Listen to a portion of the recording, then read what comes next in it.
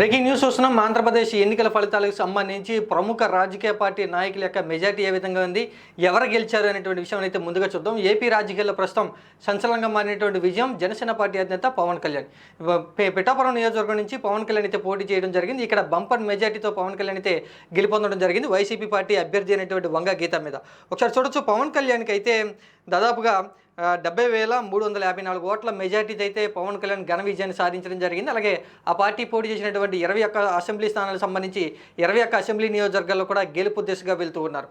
ఇక ఇంకొక విషయానికి వచ్చేప్పటికీ కూటమికి సంబంధించి తెలుగుదేశం పార్టీలో ఉన్నటువంటి మరొక ప్రముఖ రాజకీయ నాయకుడు, సినిమా హీరో అయినటువంటి బాలకృష్ణ, హిందూపురం నుంచి పోటీ చేసినటువంటి బాలకృష్ణ అయితే హ్యాట్రిక్ విజయాన్ని సాధించడం జరిగింది. ఇప్పటికే 2 సార్లు విజయం సాధించినటువంటి బాలకృష్ణ ఇప్పుడు 2024 తాజా ఎన్నికల ఫలితాలతో హ్యాట్రిక్ విజయాన్ని సాధించడం జరిగింది.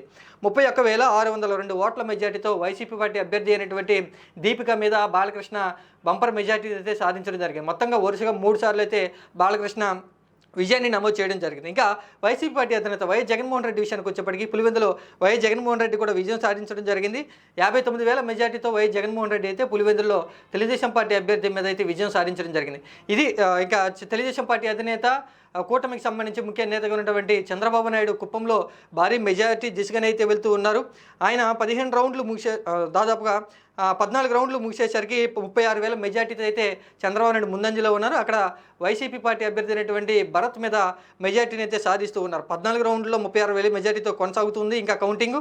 ఇంకా మంగళగిరి విషయానికి వచ్చేప్పటికి మంగళగిరిలో నారా లోకేష్ అయితే పోటీ చేశారు. అక్కడ వైసీపీ పార్టీ అభ్యర్థి అయినటువంటి మురుగుడు లావణ్యం మీద 15 రౌండ్లు ముగిసేసరికి నారా లోకేష్ అయితే 70,000 మెజార్టీతో అయితే కొనసాగుతూ ఉన్నారు. ఇంకా కౌంటింగ్ అనేది జరుగుతూనే ఉంది.